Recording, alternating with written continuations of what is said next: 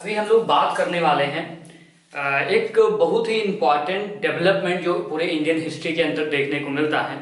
And chapter 31 of this book Bipin Chandra is about rise and growth of communalism in India. Bharat में जो communalism के seeds हैं, जो communalism का राइज एंड डेवलपमेंट है, इसके पीछे कई सारी डिबेट्स हैं, कई सारे लोगों के बहुत सारे मत हैं। आपका अपना मत भी हो सकता है। कई सारे लोग इसको मिडाइवल हिस्ट्री का पार्ट मानते हैं, कई सारे लोग तो एक्सट्रीम इसको एंशियंट एरा से जोड़ने लगते हैं।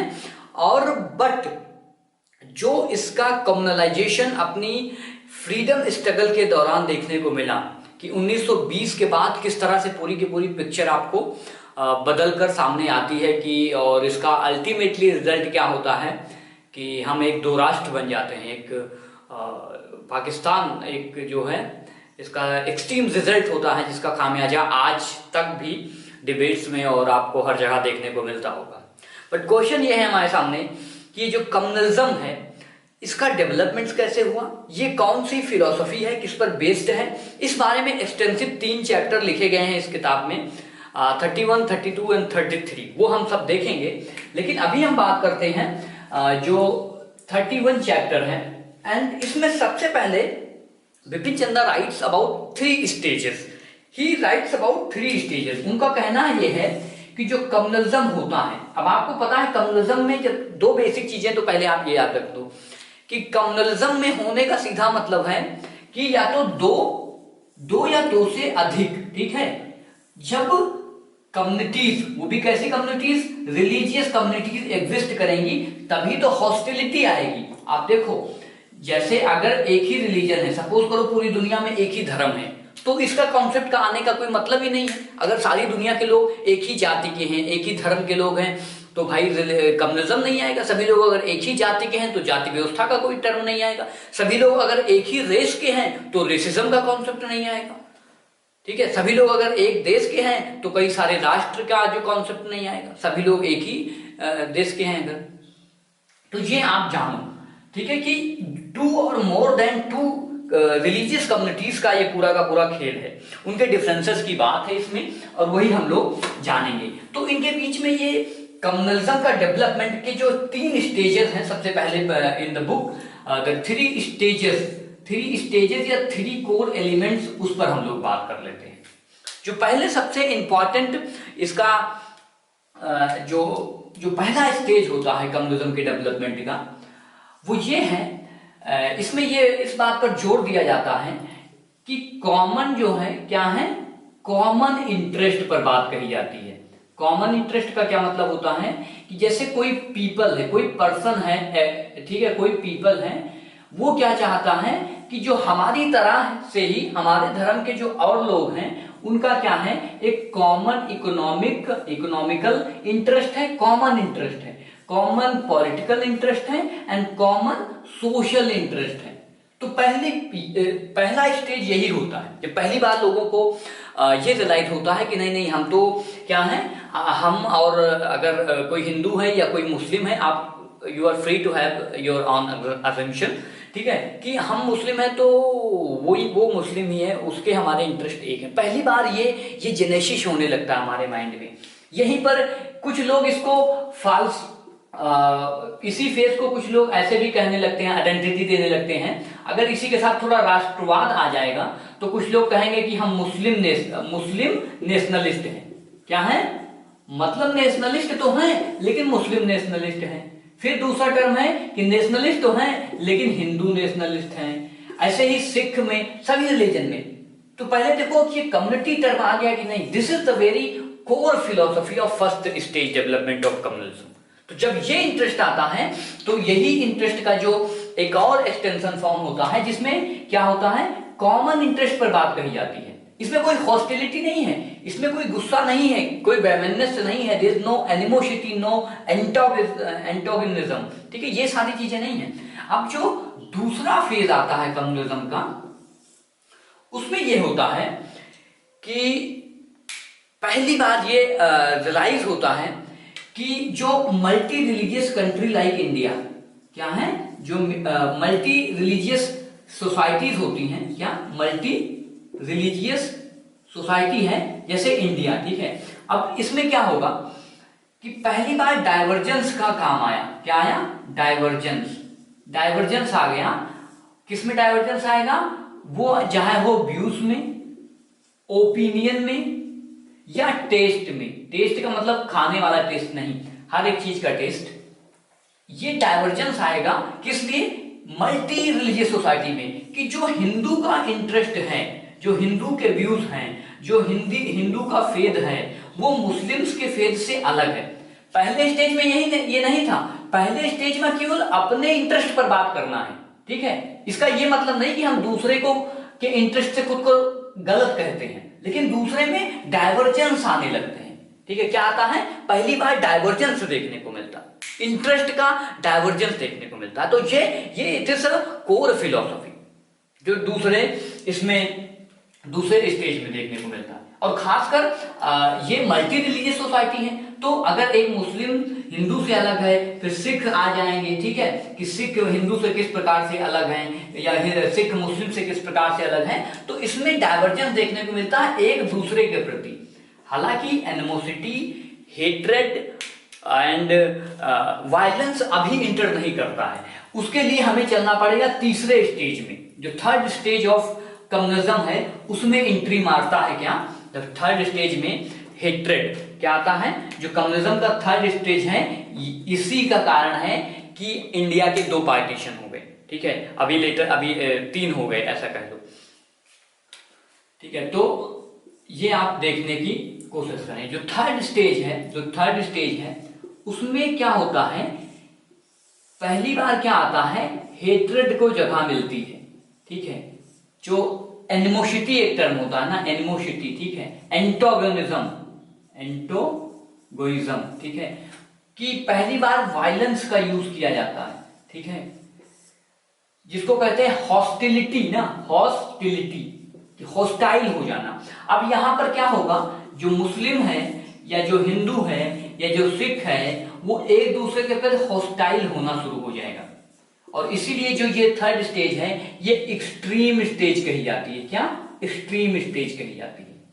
अब देखो, जो भारत का स्वतंत्रता संघर्ष है 1920 से लेकर के 40 तक का दौर में, वो कोई भी लीडर हो, वो आपको सेकेंड स्टेज में देखने को मिलता है, ठीक है। 1940 के बाद ये वाला दौर शुरू हो जाता है, थर्ड स्टेज आपको विजिबल होने लगता है कहीं कहीं पूरी तरह से, ठीक है। 1940 के बाद इवन 1920 से 40 तक के जो जिन्ना होते हैं, जिन्ना जैसे लीडर को भी हमेशा लिबरल फेज में रखा गया है। जिन्ना को हमेशा लिबरल फेज में रखा गया सेकंड वाले स्टेज में, आप ये जानें। तो ये जो एक्सट्रीम हेट्रेड है, उसका जो पूरा का पूरा ये 3 डेवलपमेंट हमने देखे, 3 स्टेजेस देखे। अभी हम लोग कुछ और बात कर लेते हैं कि आखिर भारत में जो ये कम्युनिज्म के सीड हैं, ये आए कैसे, ठीक है। तो इसके पीछे कई सारे रीजन हैं, लेकिन उससे पहले मैं आपको बताना चाहता हूं कि जो एक टर्म होता है, the very term is transformation. कौन सा टर्म है? ट्रांसफॉर्मेशन। अब आपको पता है, भारत जो है अंग्रेजों द्वारा क्या किया गया? कॉलोनी इसको बनाई गई, और भारत के कॉलोनियल ट्रांसफॉर्मेशन में क्या है? भारत को एक कॉलोनी बनने के जनन में, उस प्रक्रिया के बीच में एक नए पौधे का, एक नए सीड का क्या किया गया? उसको रोपा गया, और वही बड़ा होकर के क्या बनता है? कम्युनलिज्म बनता है। क्या बनता है? कम्युनलिज्म बनता है। तो ये किस दौरान हुआ है? जो ट्रांसफॉर्मेशन का दौर है ब्रिटिशर्स के समय, ठीक है। अब वो ट्रांसफॉर्मेशन के दौर में कम्युनिज्म का जन्म देखने को मिलता है। अब ये मोटा मोटी याद रखो, इन द बुक यही पूरा का पूरा टर्मिनोलॉजी, ऐसे ही पूरा बुक चलती है जैसे मैं लेकर चल रहा हूं, कि जो ट्रांसफॉर्मेशन का दौर है उसी के थ्रू ये निकल कर आता है। अब जैसे Nehru says in 1936 in one of session probably in Lucknow, he says that जो भारत में कम्युनिज्म है, उस समय तो कम्युनिज्म काफी एविडेंट भी हो गया था, मुस्लिम के अलग इंटरेस्ट हो गए थे। नेहरू कहते हैं कि जो भारत में कम्युनिज्म है, इसको हम लोगों ने अपनी आंखों के सामने बनते हुए देखा है। ये कोई वो नहीं है कि भारत के अंदर बहुत पहले से ही जन्म ले रखा है एंशिएंट काल, ये हमारी आंखों के सामने हुआ है, लेटेस्ट डे में डेवलप हुआ है। और बाद में कई सारे इतिहासकार कहते हैं कि जो भारत में कम्युनिज्म है वो बिल्कुल उसी तरह से है जैसे कहीं पर फासिज्म का जन्म हुआ। क्या? फासिस्ट फोर्सेज आ गई। जैसे कहीं पर एंटी सेमिटिज्म का आ गया ना, एंटी सेमिटिज्म। जैसे कहीं पर मुस्लिम एंड क्रिश्चियन का विवाद हो गया ना, आपको पता, मुस्लिम एंड जैसे कहीं पर कैथोलिक एंड प्रोटेस्टेंट का कॉन्सेप्ट आ गया, जैसे कहीं पर रेस का कॉन्सेप्ट आ गया, रेसिज्म का, वैसे भारत में क्या क्या आ गया? कम्युनिज्म आ गया। और इसको क्या प्रभावित किया है? जो भारत का पूरा सोशल डेवलपमेंट्स है उसमें बहुत प्रभावित किया है, सोशो पॉलिटिकल एस्पेक्ट। तो ये आपको बेसिक याद रखना है कि जो भारत में कम्युनिज्म का डेवलपमेंट है ये ठीक उसी तरह से एक आइडियोलॉजी है जैसे कि विभिन्न देशों में वर्ल्ड के कहीं पर रेसिज्म का डेवलपमेंट हुआ, कहीं पर एंटीसेमिटिज्म, कहीं पर मुस्लिम एंड क्रिश्चियन का हॉस्टिलिटी देखने को मिलता है, कहीं पर कैथोलिक एंड प्रोटेस्टेंट का हॉस्टिलिटी देखने को मिलता है, कहीं पर रेसिज्म के नाम पर हॉस्टिलिटी देखने को मिलता है। तो this is very same ideology. ठीक है, तो अब हम लोग चलते हैं कि इसके कारण क्या थे, वो हम लोग देखने की कोशिश करते हैं कि भारत में in the chapter 31 in the book, अगर आप ध्यान से देखोगे तो आपको 2-3 चीजें देखने को मिलेंगी। वो ये है कि इसमें कई सारे रीजन दिए गए हैं और उसको मैंने सम अप करने की कोशिश की गई है। वो पहला रीजन आपको इसमें ये दिया गया है कि जो भारत में कॉलोनियल का डेवलपमेंट है वो आप पहले याद रखो कि जो ये 1857 से ही जो है शुरू होना लगभग शुरू हो गया था। हालांकि इसके जो इसके दौर में ही आपको देखने को मिलता है कि कई बार जो है आइडेंटिटी को क्वेश्चन करना शुरू हो जाता है। लेकिन जो पहला रीजन है वो है कि जो इंडिया का इकोनॉमिक डेवलपमेंट है या इकोनॉमिक कंडीशन है, इंडिया का इकोनॉमिक डेवलपमेंट है ड्यूरिंग कॉलोनियल पीरियड। इस पे हम बहुत पहले देख चुके हैं 17th सेंचुरी में, 19th सेंचुरी में, 20th सेंचुरी में। लेकिन यहां पर आप जानो कि ब्रिटिशर्स के समय क्या है, जॉब्स की बहुत क्राइसिस है। क्या है? जॉब्स की बहुत क्राइसिस है, इंडस्ट्रीज है नहीं। ठीक है, और जो गवर्नमेंट जॉब का स्पेशल एक प्रोविजन है कि ठीक है गवर्नमेंट जॉब सबको चाहिए, सबको जो है व्हाइट कॉलर जॉब चाहिए। और दूसरे में उनकी जो रिजर्वेशन की पॉलिसी होती है ना, तो ये पूरा का पूरा खेल है। ऐसे में क्या होता है कि जो बंदे पढ़ते हैं गांव के, ठीक है, जो भी आदमी पढ़ा वो फिर शहर जाता है। कहां जाता है? शहर जाता है, नौकरी तलाशता है। लेकिन सब लोग नौकरी में एब्जॉर्ब नहीं हो पाते। फिर वो कहां आता है? फिर वो फ्रीडम स्ट्रगल में आता है। कहां आएगा? क्योंकि अब तो उसने पढ़ लिया है, वो फ्रीडम स्ट्रगल में आएगा। आप इसको समझो, पहले वो पढ़ा लिखा, फिर नौकरी खोजने शहर गया, अगर वो गांव का भी है तो, अगर शहर का है तो कोई बात नहीं। फिर वो फ्रीडम स्ट्रगल में आया। ठीक है, फ्रीडम स्ट्रगल में उसने क्या किया? एंटी इंपीरियलिज्म के खिलाफ पार्टिसिपेट किया। किसके खिलाफ? जो ब्रिटिशर्स के खिलाफ उसने पार्टिसिपेट किया। ठीक है, जब यही एंटी इंपीरियलिज्म का मूवमेंट में कई सारे और फोर्सेज आने लगते हैं, जैसे कि आप देखो कम्युनिस्ट आने लगते हैं, लेफ्ट विंग वाले आने लगते हैं, और जब ये रिसीड होने लगता है, क्या होने लगता है? रिसीड या पैसिव फेस में जब ये मूवमेंट जाने लगता है, उसी समय इनको क्या लगता है, जो पढ़ा लिखा वर्ग है इसमें से बहुत सारा वर्ग जो है वो अपने जैसे मतलब जो पढ़ा लिखा वर्ग है, ठीक है, उनके इंटरेस्ट के बारे में सोचने लगता है। ठीक है, उनके इंटरेस्ट के बारे में सोचने लगता है, और उन्हें पहली बार अपनी आइडेंटिटी को खोजना पड़ता है। और जब वो आइडेंटिटी को खोजते हैं तो वो पाते हैं कि हमारे चाचा तो क्लर्क हैं, ठीक है, हमारे चाचा तो आईसीएस हैं, ठीक है, तो हमें चलो उन्हीं के पास चलना चाहिए। तो चाचा की और इनकी फिलॉसफी एक हो गई। This are the very same way in which the किताब में आपको ऐसे ही मिलेगा। ये एग्जाम्पल ऐसे ही बताया गया है कि एक गांव का बच्चा जो पढ़ने जाता है तो वो फंस कर रह जाता है, वो कभी एंटी इंपीरियलिज्म में की तरफ जाता है, ऑसिलेट होने लगता है, कभी एंटी इंपीरियलिज्म की तरफ जाता है, तो कभी क्या कहता है कि अब अपनी जो हम लोग पढ़ लिख लिए हैं, जो हमारे बिरादरी के या हमारे धर्म के जो और लोग भी पढ़े हैं उन्हीं के पास चलते हैं, वो हमें नौकरी दिला देंगे। ठीक है, तो इसमें क्या होता है, करप्शन भी बूम कर जाता है। क्या? करप्शन, ब्राइबरी, ये सारी चीजें भी आने लगती हैं। तो जो इकोनॉमी में जो डेवलपमेंट है, लोग पढ़ लिखने के बाद एक तो एंटी इंपीरियलिज्म में जाते हैं, और ये डेवलपमेंट में बात कर रहा हूं खासकर 1920 के बाद का दौर है ये, ठीक है, 1920 के बाद ये आप रखो, जो इंडिया का इकोनॉमिक डेवलपमेंट है, it plays a important role to realise the youth of the country. यार हम पढ़ लिख लिए हैं और हमें नौकरी अब कौन देगा, हम किसको अप्रोच करें, हम अपने रिश्तेदार को अप्रोच करें जो हमारे ही रिलीजन का है, जो हमारे ही बिरादरी का है, ठीक है। तो ये सारे कॉन्सेप्ट धीरे धीरे सीड बोना शुरू करते हैं। ये not as a whole concept, but आपको ये पॉइंट आपको याद रखना है। दूसरा जो हम लोग चलते हैं वो सबसे इंपॉर्टेंट डेवलपमेंट है जिसको कहते हैं सोशल टेंशन। क्या? Social tension. सोशल टेंशन पर अगर हम बात करें, सोशल टेंशन में देखो बहुत अच्छे तरीका से इसको किताब में दिया गया है कि जो भारत में मर्चेंट्स हैं, जो मनी लेंडर्स हैं और जो लैंड लॉर्ड्स हैं, और दूसरी तरफ कौन है? पीजेंट हैं और वर्कर्स हैं। ये समझने की कोशिश करिए आप, peasant, workers, merchants, money lenders and landlords. इनके बीच में जितने भी क्लैसेस होते हैं, इनके बीच में जैसे क्लैसेस होते हैं जिनको सोशल टेंशन कहते हैं, इसी सोशल टेंशन को रिलीजियस टेंशन कह दिया जाता है। क्या कह दिया जाता है? Religious tension.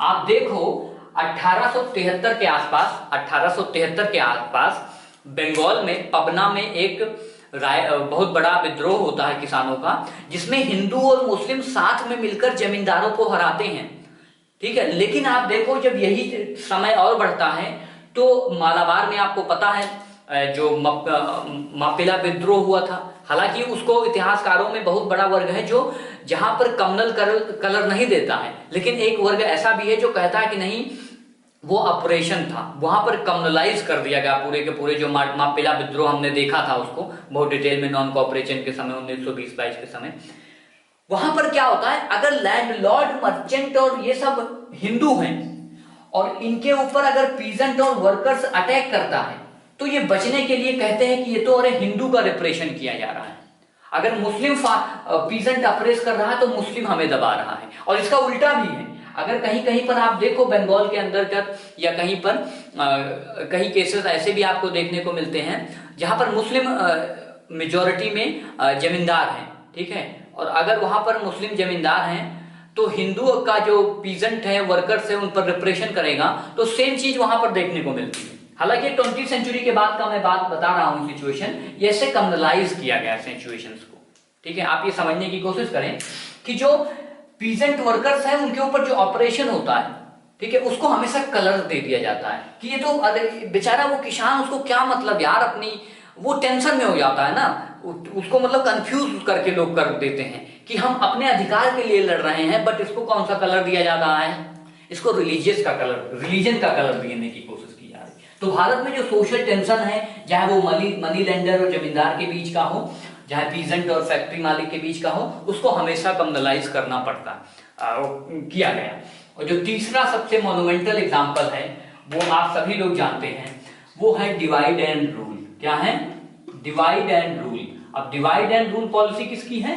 ब्रिटिशर्स की है। अब इसमें भी कई सारी चीजें हैं जो आपको जानना चाहिए, ये आखिर ग्रोथ कैसे होता है। डिवाइड एंड रूल में जो ब्रिटिशर्स हैं, वो पहली बात क्या है कि इसका जन्म कैसे करते हैं, वो भारत में आते हैं तो जितनी भी भारत में कम्युनिटीज हैं, चाहे वो मुस्लिम हो, चाहे वो हिंदू हो, चाहे वो सिख हो, सबको क्या कहते हैं, उसमें कुछ डिसिमिलर कहते हैं। क्या कहते हैं? ये तो एक है ही नहीं है यार, आते ही दरकिनार कर देते हैं, उनको कुछ कॉमन इनमें दिखता ही नहीं है, ठीक है। पहली बार वो आइडेंटिटी को क्वेश्चन कर लेते हैं। क्या?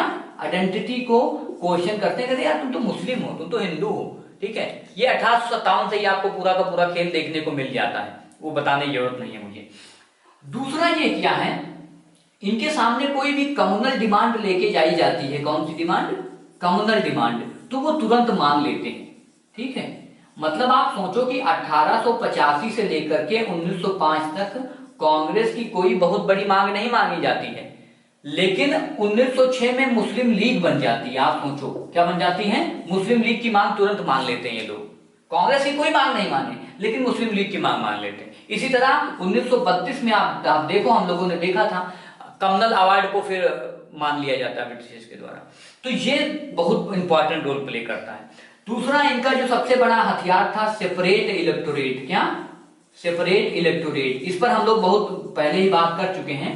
तो ये वाला तो सबसे बड़ा हथियार था। इवन जो 1909 में जो मार्ले मिंटो रिफॉर्म आता है, जिसमें ये कहा जाता है कि जहां मुस्लिम को सेपरेट इलेक्टोरेट दिया जाएगा और जहां मुस्लिम है वहीं से मुस्लिम खड़ा होगा मेजोरिटी में, उसे वही लोग वोट करेंगे, वही उनका प्रतिनिधित्व करेंगे। तो इसको कई सारे इतिहासकार ऐसे भी कहते हैं कि दिस एक्चुअली द मार्ले और the Minto was the father of Pakistan. ठीक है, तो मिंटो को भी फादर ऑफ पाकिस्तान कह दिया जाता है क्योंकि उन्होंने ही ये सेपरेट इलेक्टोरेट की व्यवस्था बनाई। बाद में इसको एक्सटेंड कर दिया गया 1919 में और कम्युनिटीज के लिए। और भी कई सारी डेवलपमेंट होते हैं, जैसे टॉलरेंट रहना। टॉलरेंट थे ब्रिटिशर्स, हमेशा टॉलरेंट थे। किसके लिए टॉलरेंट थे? अगर कुछ लिखा जा रहा है प्रेस में, अगर कम्युनल चीज लिखी जा रही है तो कभी नहीं बोलेंगे। इनके खिलाफ बोल दो तो ये तुरंत तुम्हें सेंसर कर देंगे, सेडिशन का चार्ज लगा देंगे। लेकिन कम्युनल के खिलाफ कोई हैट्रेड फैला रहा है तो ये नहीं बोलेंगे, टॉलरेंट है ब्रिटिश की गवर्नमेंट। अगला क्या इनका जो क्वेश्चन है वो ये है, डिवाइड एंड रूल में जो इंपॉर्टेंट प्ले आता है रोल, इनका नॉन एक्शन की पॉलिसी। क्या? नॉन एक्शन की पॉलिसी। कोई मतलब जो ये लगभग दोनों एक ही चीज है, tolerant and non action, but book में डिफर करके लिखा गया है कि जो एक्शन ही नहीं लेते हैं। ठीक है, बाकी हर जगह एक्शन लेने को तैयार हो जाते हैं, लेकिन कोई हिंदू मुस्लिम, हिंदू सिख मुस्लिम ऐसा कोई गेम खेलता है तो उस पर ये एक्शन नहीं लेते हैं। इसको इनएक्टिव कहते हैं, पैसिविटी की तरह लेते हैं अंग्रेज लोग। ठीक है, तो ये डेवलपमेंट है। अभी एक दो पॉइंट और हम लोग जान लेते हैं इनके बारे में। वो सबसे इंपॉर्टेंट रहेगा कि इनकी जो अंग्रेज हैं, इनके समय एक बहुत बड़ा डेवलपमेंट ये होता है, चाहे वो कम्युनल वायलेंस हो, नॉन एक्शन हो या टॉलरेंट वाला इशू हो गया हो, वो था कि जो ऑफिस है ना, ऑफिस में जो फेवर करना है वो ऐसे लोगों को ही फेवर करना है, रिप्रेजेंटेटिव बनाना है जो क्या करें, कम्युनल फोर्सेस को बढ़ावा दें। ठीक है, तो आप देखते हो एक समय ऐसा आता है इसी ब्रिटेन की गवर्नमेंट के द्वारा, जब ये क्या करती है कि जो स्पोक्स पर्सन है, ठीक है, स्पोक्स पर्सन नहीं होते हैं, जो स्पोक्स पर्सन प्रवक्ता होते हैं, तो जो कम्युनिज्म की पॉइंट ऑफ व्यू से बोलता है उसको बड़ी वरीयता देते हैं। बाकी जो नेशनलिस्ट लीडर होते हैं उनको कहते हैं आप तो कुछ हो ही नहीं, आप किसको रिप्रेजेंट कर रहे हो, आप बताओ आप किसको रिप्रेजेंट कर रहे हैं, हम विश्वास ही नहीं करते कि आप क्या रिप्रेजेंट कर रहे हैं। तो ये पूरा का पूरा लोग डिनाई कर देते हैं। तो ये हो गया। इसके अलावा डिवाइड एंड रूल